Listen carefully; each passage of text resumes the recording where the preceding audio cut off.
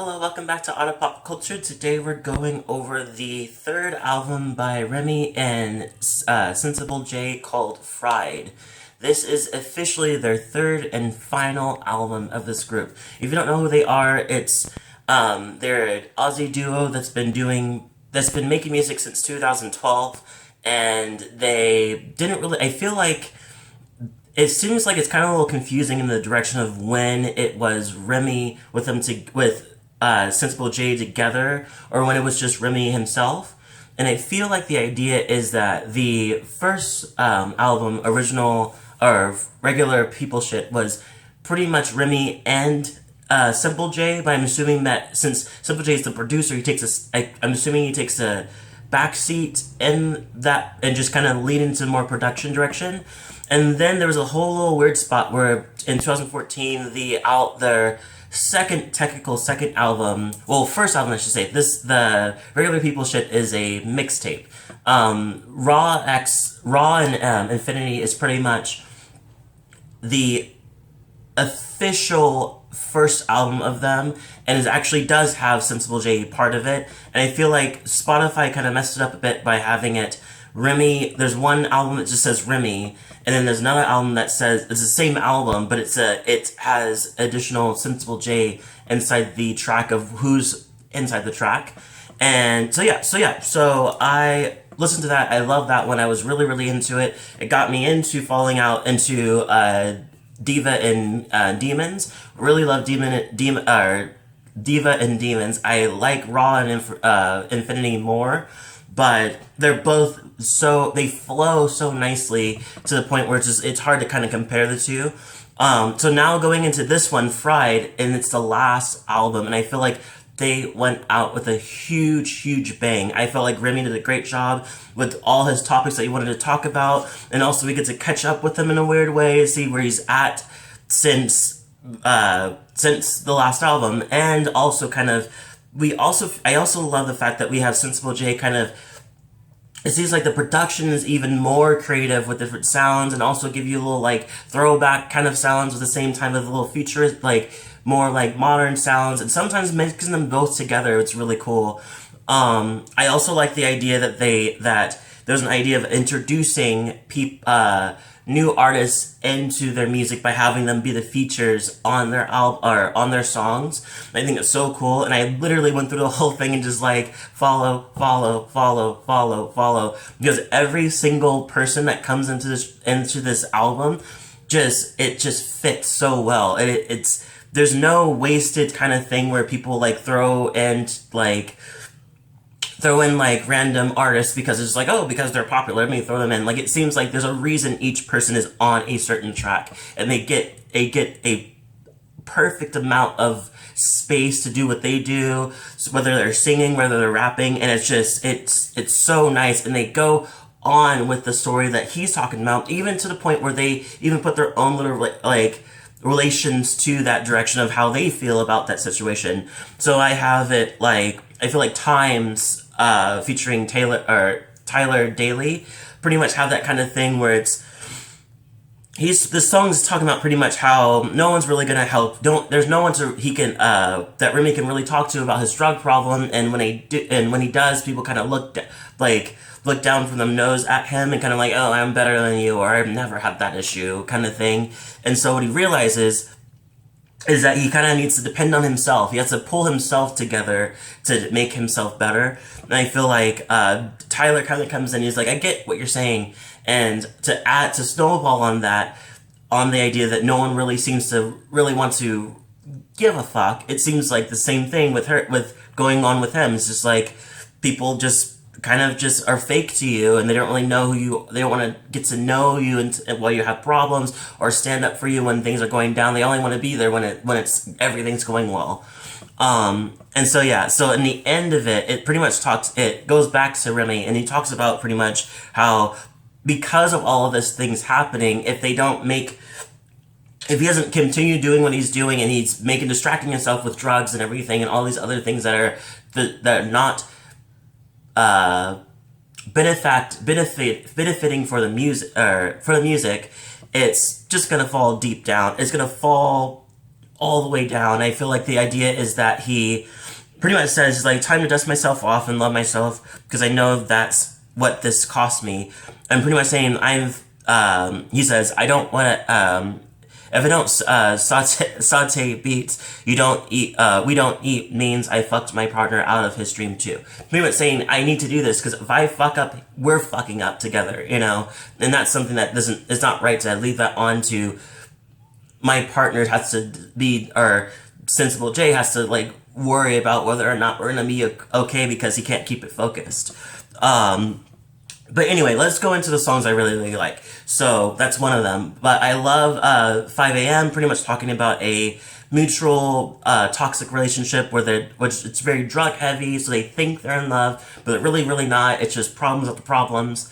And so he's pretty much saying like, if we don't wake up, we're about to meet the maker. Pretty much, if we don't do this, it's gonna be. If we don't wake up from what's going on in our relationship, it's gonna be the death of us. But when we do wake up, we probably should break up because this is all types of toxic. Finesse It is another one I really like, which is the third single. I really, really love this because it talks about pretty much how to kind of just work on you and work on yourself, and because the world surrounding you don't obviously work in your favor all the time, so it's better to kind of keep your head straight, like down, and like focus on yourself and keep going, and also do what you can to kind of keep going as well. As he says, go and manifest, go home and breathe, or go and have a breath, go take a dart and reassess. Can I have a test? Because capitalism is written and you gotta spell check. Pretty much saying because of capitalism is in everybody's mind and everything you do, so you might as well not lean into it, but kind of do the best you can to stay afloat in this type of world. Elevate is pretty much about weed. I love the song. I think it's really great. I love the flow and everything about this is really good. So I just want to point that out. Every song has a great flow to it. Jimmy Jams is a really good, interesting song. It talks about him pretty much saying like, he's figuring out love and what he wants out of love. And I think that what he's getting to is that he wants a love that's meaningful, that has a great connection, that he wants to be honest, also want to be honest exactly what he wants. He doesn't want to have these things where he says, none of this feeling the pressure because of ego, or because of age love, none of this feeling the pressure because of race love, popping the question to try to claim love, making a baby to try to save love.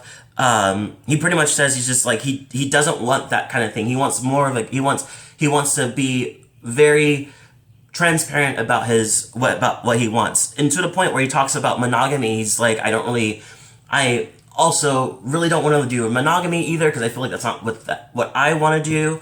It's not who I am. So that's why when I'm more into having multiple people or multiple partners with me, but they all know about each other. Like they all know, or a couple of lovers, and they all know about each other, kind of thing. And I love that. I love that transparency, that he's pretty much just being more honest about like, okay, no more falling to these tropes of people that are trying to do these other things. I want to love authentically, you know. Brain is another one I really, really like, featuring Lori.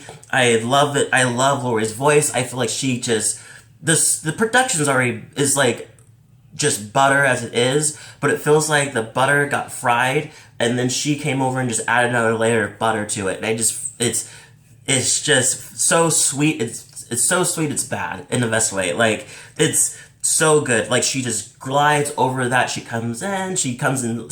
love the fact that he comes into his lyrics and it's perfect, sets the tone, and then she goes and adds a little more tone to solidify that tone with her chorus, and she's singing, and then she's like, oh, you thought I was done? Here's a full-on verse of me rapping as well to respond to what he's saying, and it's just so beautiful. It feels like a full-on perfect circle of a song, and I love it. Full of Tar, this is part of the place where I couldn't find a lot of lyrics in it, and a lot of lyrics anywhere. Like, Full of Tar and Good Mates is ones I couldn't find lyrics, so I had to kind of guess or rewind and find things. But this one pretty much, Full of Tar is pretty much talking about the like racial problems, politics, and social topics too, and pretty much saying how just like sometimes we move so fast, things are we move so fast past things that are concerning that we get so numb to it, they won't really process it fully. And they were up to the next thing. So it's just like he pointed out the whole idea that the Trumpers coming to marching in in the front doors of the Capitol, and people are like, oh my god, but then like we kind of dusted it off and didn't really think about it after a while. Well, I didn't, but it's that kind of thing. It's just like we really move on about past things pretty quickly without processing them, and that's the issue about why we're not getting shit done, because we're not processing it. Good Mates with Kenny Khan, Konny Khan. I like this one. I really love it. I couldn't really understand everything that was going on because I had to rewind and everything, no lyrics.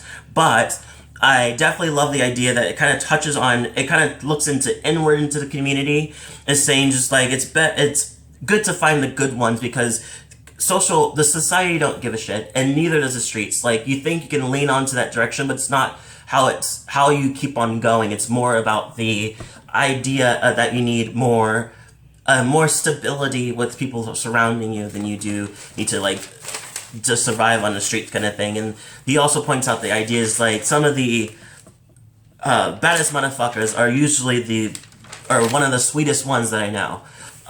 Going into a couple other songs, the last 3 songs, Going Up was very, very short. I didn't really understand what it meant other than things haven't changed, but we're still moving up no matter what. Very short song, but it sinks right into Warrior Tribe with Boasto and Whosane. Hope I spelled that right. I said that right.